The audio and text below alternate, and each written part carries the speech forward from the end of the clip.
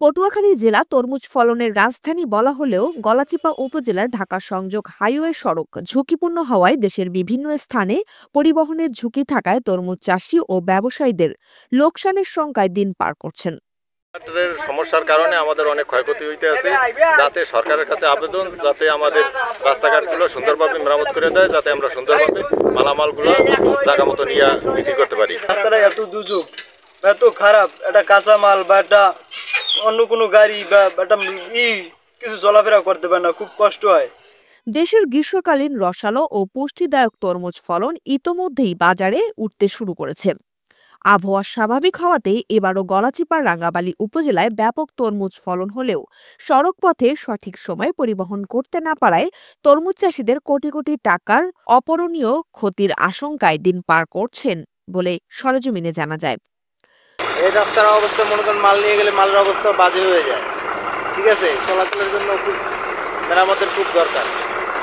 দক্ষিণ অঞ্চলের গলাচিপা, দশমিনা ও রাঙ্গাবালী উপজেলার অধিকাংশ এলাকায় নৌপথে অতিরিক্ত পরিবহন খরচ বাঁচাতে এবং দ্রুত পচনশীল রক্ষায় তরমুজ চাষি ও ব্যবসায়ীরা সড়ক পথ বেছে নিয়ে ঢাকা, বগুড়া, চট্টগ্রাম, বরিশাল, রংপুর, কুড়িগ্রাম, কুমিল্লা ও চাঁদপুর সহ দেশের বিভিন্ন এলাকায় তরমুজ সরবরাহ করে আসলেও গলাচিপা উপজেলার বন্যাতলী, উলানিয়া, গলাচিপা হতে ধরান্দি পর্যন্ত হাইওয়ে সড়কগুলো বিগত সরকারের আমল থেকে দীর্ঘ বছর বিধ্বস্ত অবস্থায় পড়ে আছে। শুধু তাই নয়, নিরাপদ সড়কের অভাবে জরুরি স্বাস্থ্যসেবা পরিবহন না থাকায় প্রসূতি মা, বৃদ্ধা নারী, পুরুষ ও শিশু নবজাতকের মৃত্যুর ঝুঁকি বেড়েছে কয়েক গুণ। কোটি কোটি টাকার উন্নয়ন হলেও বাস্তবতার সাথে কোনো মিল খুঁজে পাওয়া যায়নি। কোন সরকার ঠিক করবে?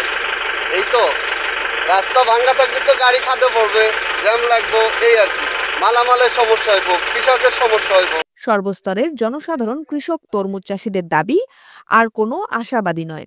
বিধ্বস্ত হাইওয়ে সড়কগুলো উন্নয়ন তহবিল থেকে অতি দ্রুত সংস্কার করে জনদুর্ভোগ কমিয়ে আনা, আর তা না হলে সরকার হারাবে কোটি কোটি টাকার রাজস্ব।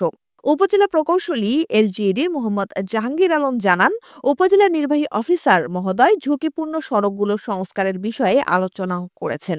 আশা করছি চিকনিকান্দি বাঁধের ওপর দ্রুত সংস্কার হবে। এই বিষয়ে উপজেলা নির্বাহী অফিসার মিজানুর রহমান বলেন, রাস্তাটি খুবই গুরুত্বপূর্ণ এলাকার জন্য এবং মানুষের এবং মালামাল কৃষিপণ্য পরিবহনের জন্য খুবই জরুরি। এই বিষয়টি আমি আজকে জানতে পেরেছি। আমি উপজেলা প্রকৌশলী মহোদয় রয়েছেন, তার সাথে আলাপ করে দ্রুত এই বিষয়টি সমাধান করার জন্য এবং রাস্তাটি মেরামত করে যাতে সহজে নির্বিঘ্নে আমাদের যে কৃষিপণ্য পরিবহন করা যায় এবং সাধারণ মানুষ চলাচল করতে পারে সেই ব্যবস্থা আমরা গ্রহণ করব।